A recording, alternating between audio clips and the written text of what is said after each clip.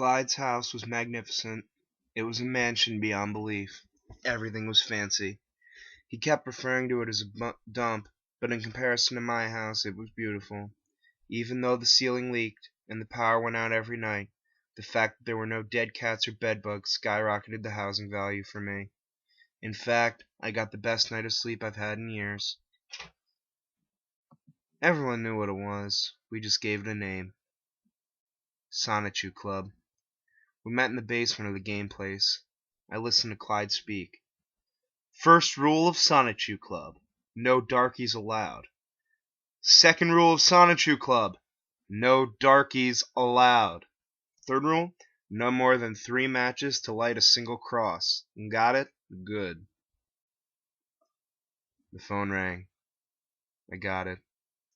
Hello, this is Christian Weston Chandler of Ruckersville, Virginia. Currently, You haven't been going to your meetings. It was Megan.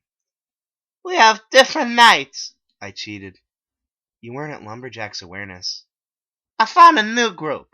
I said, thinking of Sonichu Club. Ooh, can I join? No girls allowed. If you don't let me join, I'll stop reading Sonichu. That one hit me hard, but I was adamant. I needed Sonichu Club, and Megan Schroeder wasn't going to screw this up for me. I said no. Well then, I'm not going to read Sonichu anymore. But I don't think this is a serious, no more reading thing. This is more of a cry for help type of thing. I closed my eyes and took a deep breath. The stress was getting to me hard, I must admit. Want to stay on the line and hear me stop reading? I placed the phone down on the table without answering. Strange dreams.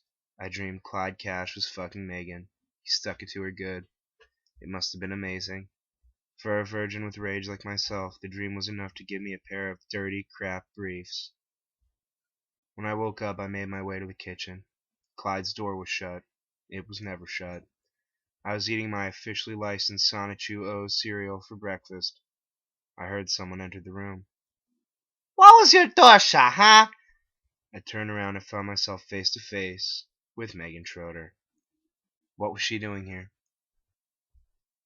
Some night I had last night, huh? She said, winking at me. What are you doing in my house? I asked. What? She asked. My house! I said. What are you doing here? Furiously, she grabbed her purse and left. That's when Clyde entered the room. Stuck to her like Sally Sitwell, he said, pulling a rubber glove off of his hand. Clyde? I asked. How did you? But I knew the answer before I even asked the question. Clyde had come home late from work and found the phone lying off the hook.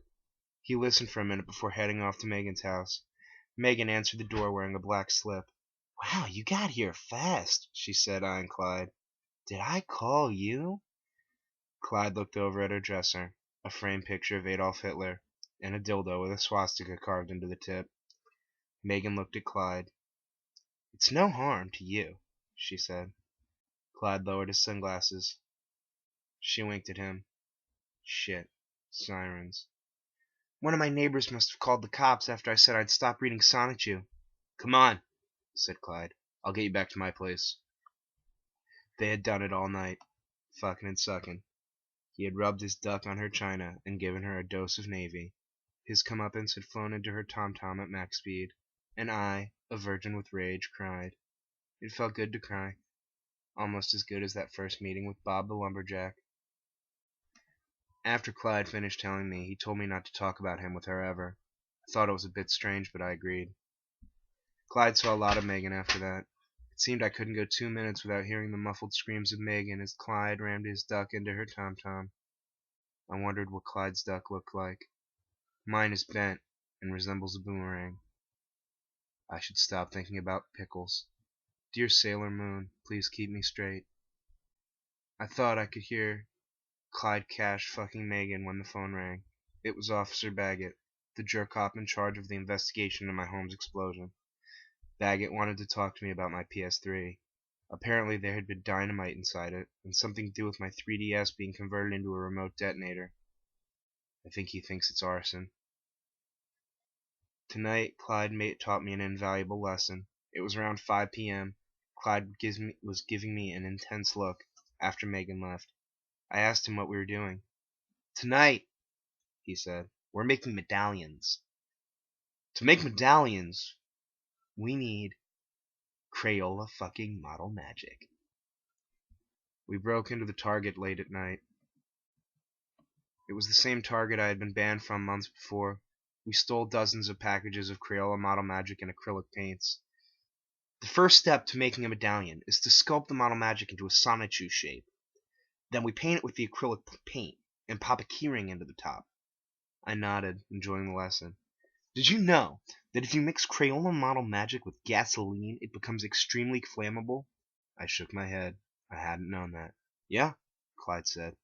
With enough Crayola model magic, you could destroy the world. Clyde walked over to the acrylic paints. You know what this is? I shook my head. Yellow paint, acrylic. He took out a brush and squirted a glob of paint onto its tip. He grabbed my hand forcefully and painted a big yellow smear onto it. I could feel the paint drying as I tried to shake myself free, but Clyde held me in place. Don't struggle. Face it. But my hand will be yellow. That's good. Go with it. I tried to pull free, but his grip was too much. He pulled out white and flesh-colored paints and proceeded to finish painting my hand. When he was done, the image of Sonichu smiled back up at me. Clyde, you don't know how this feels. He held up his hand.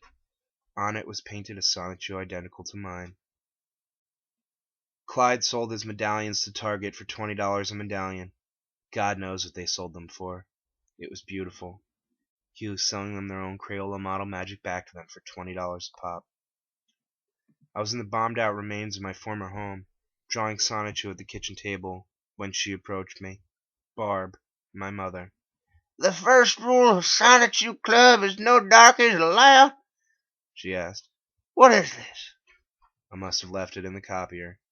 Barb spoke again. Pretend you're me. Make a decision. You find this, what do you do? I knew it to stay in an instant. Well, I gotta tell you, I said, I'd be very careful who you talk to about that, because the person who wrote that is dangerous. She backed away. I continued. And whoever wrote this might just be his own free bitch. Maybe he has a special attack, a curse of some kind. A curse ye may ha, if you will. Now what if this Tom girl were to crack and stroll around cursing everyone you know and care about? Someone very close to you. Clyde's words coming out of my mouth. Or maybe, I said, you shouldn't bother me with every piece of paper that has my signature sign at the bottom. How self-epic. I'm a badass. I got a phone call from Megan. She asked me to meet her at her apartment. All she wanted to tell me was that there were several auctions on eBay for Nazi memorabilia and Sailor Moon videotapes. She wanted me to order them for her. I didn't see why she didn't just make her own account. As I stepped out of the door from Megan's place, I heard a familiar voice. Christian? It called. Shit, it was my father, Bob. He looked good. I asked him if he had continued going to the support group. He responded with an unexpected reply. I have a new therapy group. The first rule is no darkies allowed. And the second rule is no... I cut him off. Bob, I said. I'm a member. He chuckled. Oh my, he said. I go Tuesdays and Wednesdays. I go Thursdays and Fridays. We hugged. Hey, he asked. Have you heard of the guy who started this thing? They say he shits his pants on a regular basis, and has an unusual fascination with his initials. He always appears unwashed, dirty. I knew he must be talking about me. I smiled. Yeah, I know him. Oh, he said. How do you know Clyde Cash?